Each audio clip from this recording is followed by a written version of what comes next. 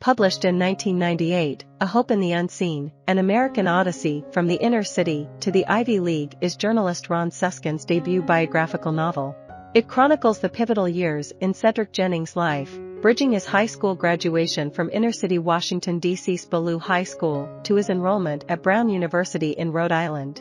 The narrative delves into the profound impact of navigating a struggling inner-city school, grappling with poverty while striving to make ends meet in a single-parent household, and tenaciously holding on to the dream of attending an Ivy League institution. The book traces its origins back to a Pulitzer Prize-winning two-part series that appeared in the Wall Street Journal. Cedric stands out from his peers at Ballou as a committed and ambitious student, a distinction that subjects him to teasing and threats. In his junior year, he secures a spot in a summer engineering program at the Massachusetts Institute of Technology designed for minority students, viewing it as a potential turning point in his life. However, once immersed in the program, he confronts the stark reality of the educational disadvantages he faced at Ballou and the socioeconomic challenges that set him apart from his peers. His disillusionment deepens when an MIT faculty director informs him that he wouldn't be admitted to the college.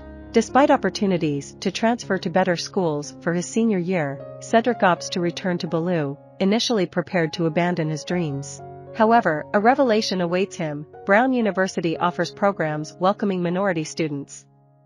Fueled by newfound hope, he applies for early admission, harboring confidence in his acceptance.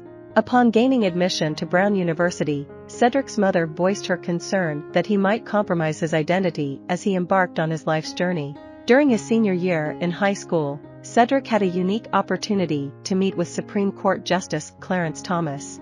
He also secured several scholarships that enabled him to afford attending Brown, a dream unattainable for some of his equally talented classmates due to financial constraints. This disparity only fueled more resentment towards Cedric, as he became a target of animosity.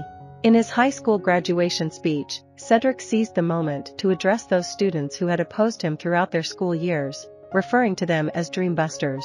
Upon his arrival at Brown, Cedric was acutely aware that his background had left him less prepared than his peers for the challenges ahead. His roommate, Rob Burton, proved to be quite different from him, leading to occasional disagreements. For his first semester, Cedric decided to take his classes on a pass-fail basis, focusing on subjects he had some familiarity with. He did make a couple of friends, including Zaid Dorn, whose parents were well-known figures in counterculture, and Chanika Milligan, the only other African American in his dorm. However, Cedric mostly kept to himself. During Parents' Weekend, when his mother, Barbara, and half-sister, Nettie, visited, they grappled with the sense of not quite fitting in with the more affluent families around them. Over winter break, Cedric returned to Washington and attended Alumni Day at Ballou. His attitude toward his former school had mellowed since his graduation.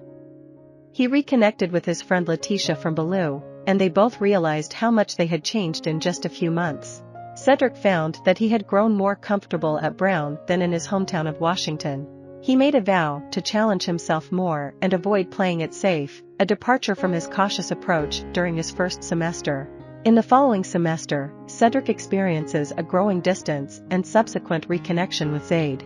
He makes efforts to build a rapport with his roommate, Rob, prompted by his mother's suggestion that their relationship is a test from a higher power. As part of an education course, Cedric observes classes at a junior high school, where his frustration peaks when a teacher callously predicts the fates of certain students after they leave the school. His academic journey in various courses during the semester has its share of ups and downs. Additionally, Cedric goes on a date with Chanika, which culminates in them attending a party at an all-black dormitory.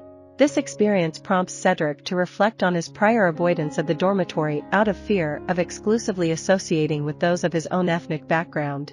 Towards the end of the semester, Cedric returns to Washington, only to find his mother suffering from both mental and physical ailments.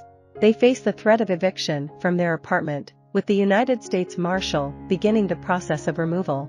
In a last-minute turn of events, a minister from Scripture Cathedral arrives to prevent their eviction. Despite the rescue, Cedric harbors anger and chooses not to speak with his mother.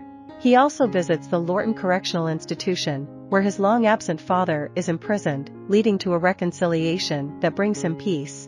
After a month, Cedric reconciles with his mother, assuring her that she can rely on him just as she had always been there for him. In the epilogue, we find Cedric in his junior year at Brown, with a girlfriend and a place on the basketball team.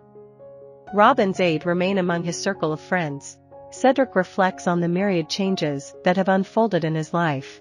I hope you enjoyed this video. Leave a like if you did and be sure to subscribe. Thank you.